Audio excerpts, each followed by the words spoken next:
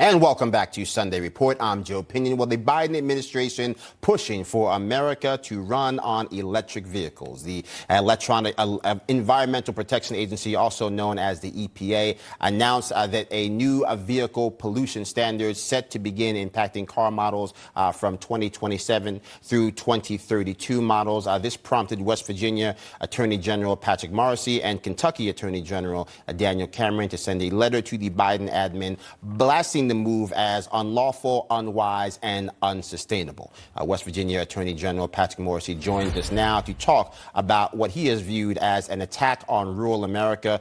Thank you so much for joining. Now, you tweeted out about this mandate saying quote, how can Biden look at any rural American with a straight face and convince them that they aren't getting screwed here? Talk to us a little bit about this, because from my perspective, we're talking about a grid that is unprepared to deal with this mass move towards electric vehicles. We're also talking about an American economy where the average American doesn't have the resources required to buy the vehicle, even if it was a good idea.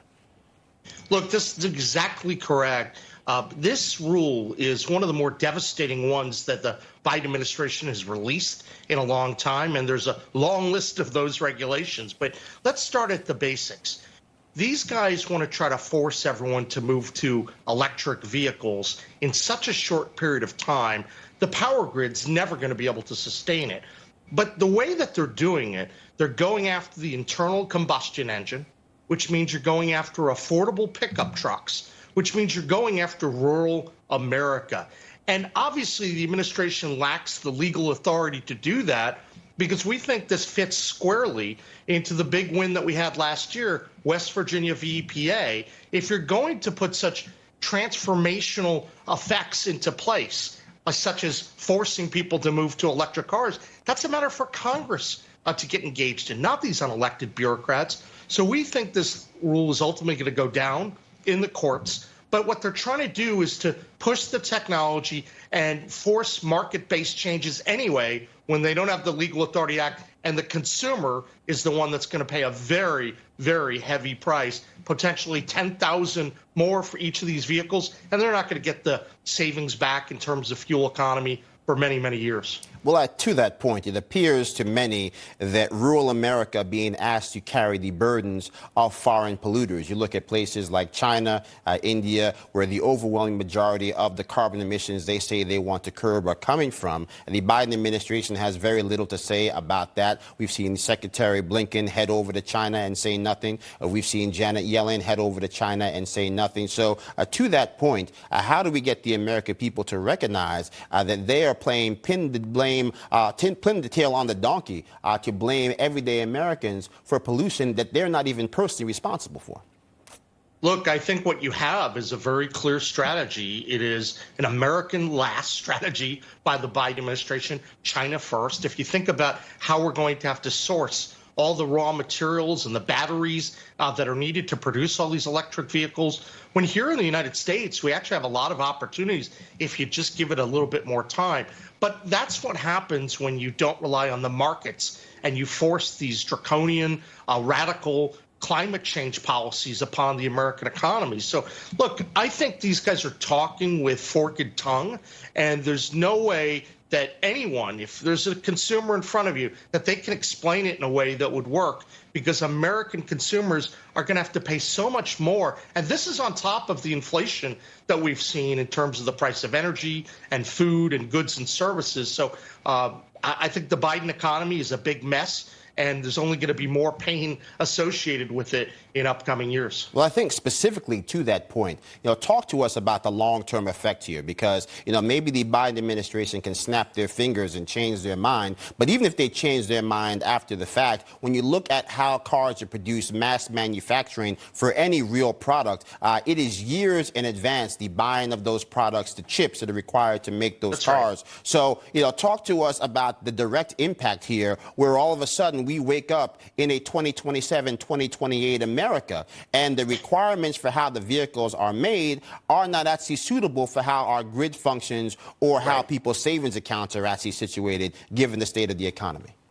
Well, first of all, I think what that does is that there's really going to be a run on some of the parts that are not going to be available. And what happens when you have scarcity? Prices rise, right? So we're looking at dramatic increases in the prices that you would otherwise have to pay if the standard was set way out into the future. But it's not. They're trying to drive to 67% by 2032, which is nuts on every level. So one, you have that distribution problem.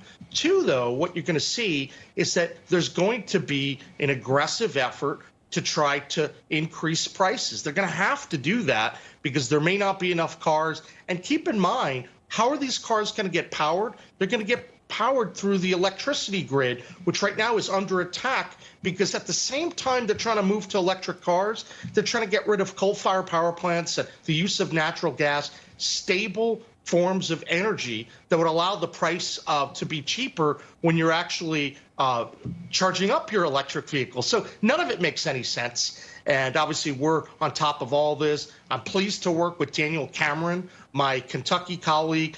We co-led this effort. He's doing a great job trying to protect the citizens of Kentucky the way I am trying to protect West Virginia and America. Absolutely. I mean, I think to that point, we've heard Democrats attack the sanctity of the coal-fired pizza here in New York. They've declared war on all things natural gas. They've basically gone scorched earth on nuclear when nuclear and natural gas are the keys to, again, lowering those electricity costs for the grid. They say they're trying to load up with these electric vehicles. I want to take a listen to what President Biden had to say about his brand of leadership while in South Carolina this week. Take a listen.